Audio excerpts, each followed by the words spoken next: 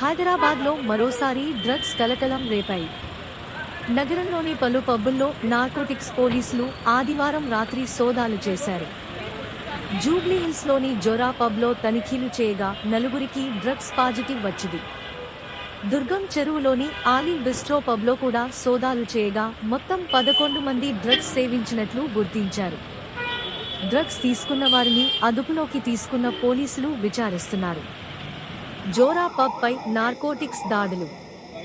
జూబ్లీహిల్స్లోని Zora పబ్బులో narcotic bureau పోలీసులు తనిఖీలు.